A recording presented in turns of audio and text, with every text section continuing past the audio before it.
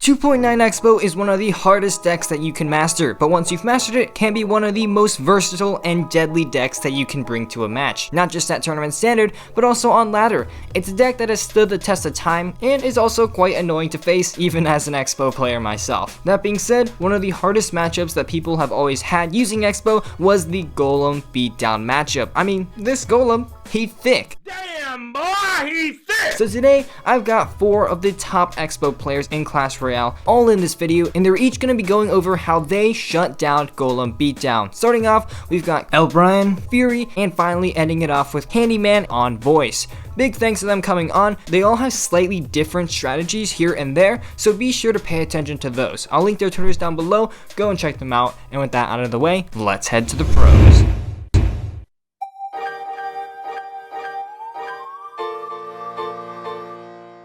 Okay guys, so basically against Golem, what you are going to be doing is, when you don't know the deck that you're facing against, you never leak Elixir unless that you know that it's against some other deck that you shouldn't.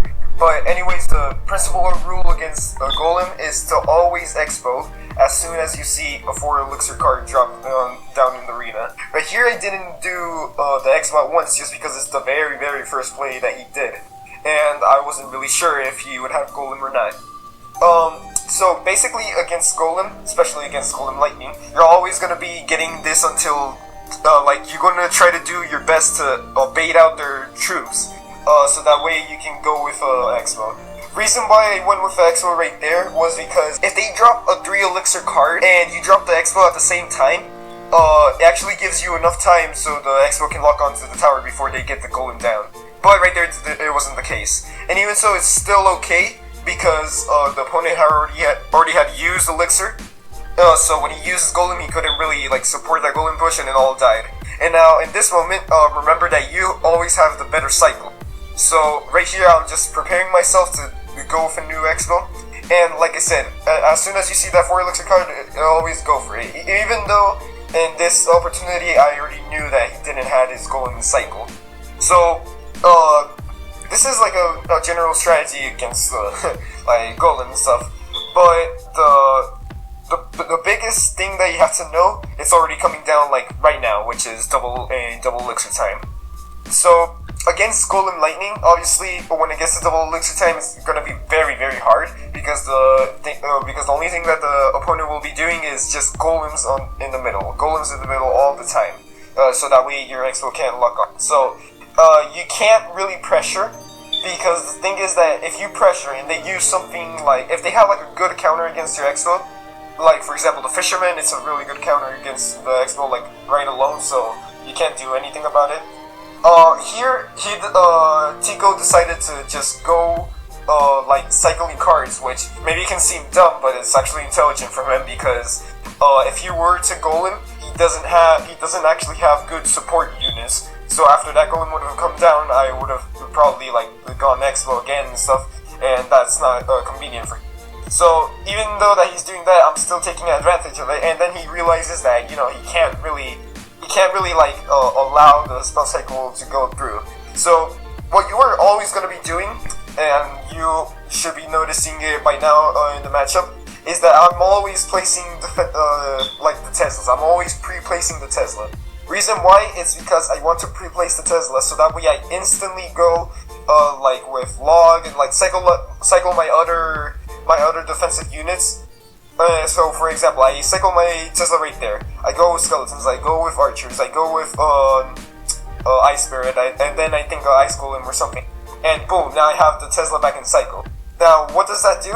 Well, what it does is that since you got your Tesla back in cycle, you're obviously not gonna panic or anything like that and just wait for them to lightning the first Tesla that you did to then put a new Tesla.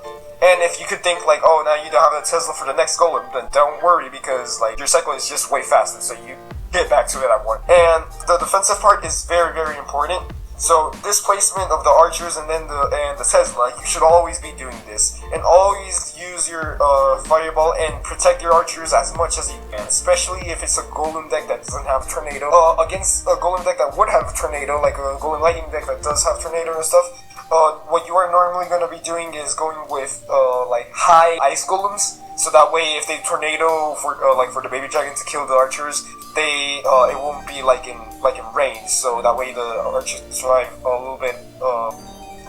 just a little bit more. So here I went like with the risky strategy. Basically, to end this, reason why I did all this, like cycle 3 fireballs, was because when they placed a golem in the back, like not exactly in the back, but like something like a little bit behind the middle, you can just go 3 fireballs, 2 logs. That's the maximum that you can go with. Like, and that's if you have your elixir bar complete. And just because he had fisherman, it almost cost me the game, but still, it's something that you should do, or else you don't want to draw. So yeah.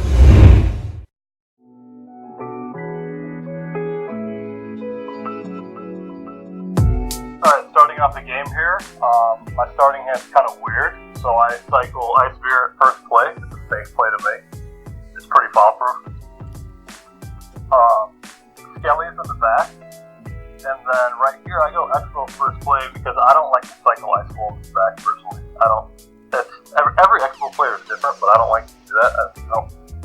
It's just personal preference, but Xbow first play allows me to know basically what they're playing. You use Snowball, Hunter, Baby Dragon, which there's not many decks that run that. The meta deck right now that runs that is Golem, so I already knew he was running Golem at that point. Right here, I kind of just play it passively. There's really not a good play to make right here, except just playing passively, just waiting to see what he does. Right here, there's a tip on my Twitter that I made where you can lock Fisherman completely. I messed it up right there by like a half second, but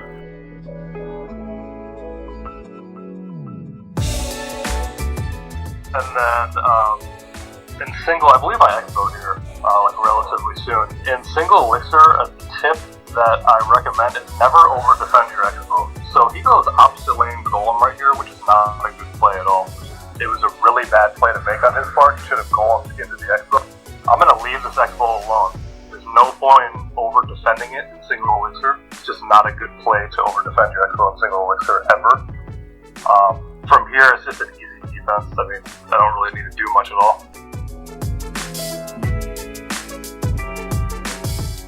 And then I believe I archers right here and then Xbow right after. And now that we're in double elixir, the way I play the matchup is I play it super offensively in double elixir. Not every Xbow player does that. Sometimes some Xbow players think it's not good to go super offensive in double. I like doing that. The only play he had right there was Golem. There was no other viable play not Golem, Lightning. There was no other viable play for him to do right there because he had to stop my Xbow. And from here, I pretty much have him exactly where I want him. I have a full health Tesla and Xbow on the board, and we're even on elixir. So from here, he stacks. I fireball that. It's easy. It's super easy fireball value. And then from here, it's just easy defense. Like I just control the tempo of the game now because he's down a lot, so he's struggling. He doesn't really know what to do at this point. He didn't really play this matchup very well. And then from here, I just go in again.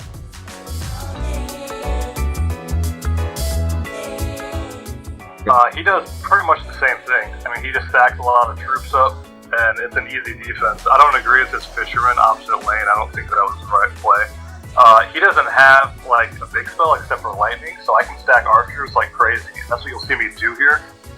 I cycle right here, and I cycle another set of archers. So I have, like, 6 archers on the field right here, and he can't handle that. And from there, like, he's struggling right now. He's down elixir right now. And there's no way for him to win the game at this point because he can't deal with 6 archers in the field, you know what I mean? And then from there, it's GG, it's game over. It's not, Golem Lightning isn't too bad of a matchup. He didn't play it very well though, but as you can see, I like to play it very offensively, but there's some guys like O'Brien that like to play a little more passively, and there's nothing wrong with that. Every 2.9 player has their own way of playing it, you know? But yeah, that's how I play Golem Lightning. That's how I play the matchup.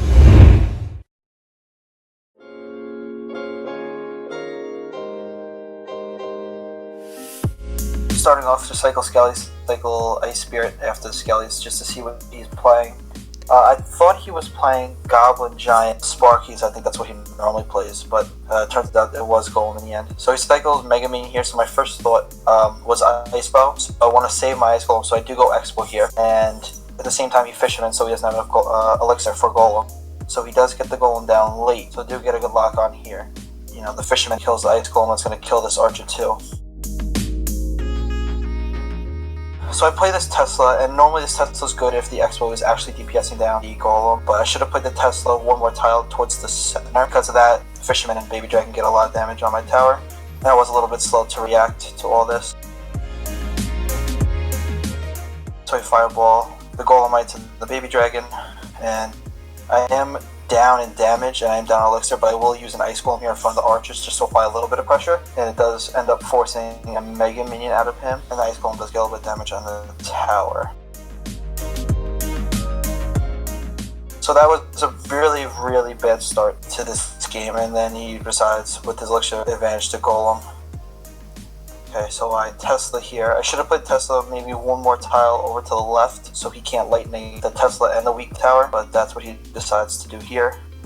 And because he used that, he doesn't have enough to support this Golem. So I do go Xbow here, and this Xbow is important because based on the timing of the Golem pop, I was able to lock onto the tower, and he can't get the Fisherman down in time, so I do end up taking his tower. And then I just have to kill the Fisherman. Wait for that to die. I used a Tesla on this because I didn't think he had Snowball, so I was trying to defend that tower as best I could, so Tesla was probably bad. But I do pressure the King. Turns out he has Hunter, so that Xbow was a complete waste. So I just gotta focus on killing this Golem. I thought he was gonna Lightning, but it turned out he didn't. He just had support with 2 troops. So this is a dead Golem. So at this point I'm just trying to get him into a bad cycle and trying to get him to play troops and then lightning everything, so that I can cycle back to another Xbow and try to break through that way. So he uses lightning here, so I have to try to DPS the Golem down before I take too much damage on my tower. And we're defending this pretty well. I can go Xbow here because I know he just got back to Golem, but he does get it down in time. So now at this point, this is really about just being aggressive here because I was trying to go for the win. And if he does lightning, that's pretty big of an overcommit because I'm already back to another Xbow. And the archer's locked on to the Mega Minion, so I get down another Xbow right away. So I can go Xbow Tesla here just to protect their Xbow. I figured he was going to go Baby Dragon. So I try to protect this the best I can, and I do. With a little bit of a counter push with the archers and the Ice Golem. I get a good lock, and I know the only thing he can do is lightning, so he's going to lightning right away. So I say go back to another Xbow, and I place it right away. Then I try to defend it with the elixir I have. I do a pretty good job here. I probably could have predicted the Fisherman, and I could have kept the Xbow alive for a little bit longer. I know he's trying to try to Golem here, so I go in the pocket, a quick Ice Golem archers just to get more chip damage so I can try to start spell cycling. Okay, so at this point I know if I can defend this, I could probably spell cycle if I have to Golem pretty deep in the back. I know he's going to lightning here, so I'm trying to cycle back to another Tesla. So she's the lightning, block the Baby Dragon, get another Tesla down. So I'm not too worried about this push now because I know it's basically dead.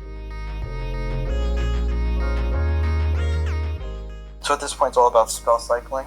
So he plays a deep Golem, so I know that at this point I could spell cycle him down before his Golem reaches my tower. So I just quickly cycle and spam everything.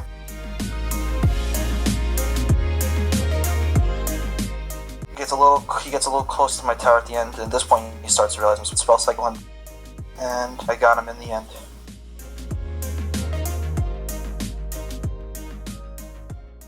So there we go, what you need to know to beat Golem Beatdown with 2.9 Xbow. O'Brien did a really great job in showing how to successfully defend Golem pushes time and time again. Fury showed us how to properly apply aggression to keep your opponents on your toes. And finally, Candyman rounded everything up with a worst case scenario with a crazy comeback victory. And well, now that I've given you the strategies, it's up to you to put these tips into action. Keep the grind up, and I'm sure you'll see a lot of improvements in your Xbow play. Again, all of their Twitters are going to be down in the description, so please check them out. They have some really high quality gameplay. On the end screen will be a few other Xbow guides that I've made in the past. I strongly recommend that you check them out, but unfortunately guys, that's all I've got time for in today's episode. If you enjoyed, please leave a like down below as well as a subscription to my channel. And as always, this is Legendaray, and I'm signing off. See you guys next time.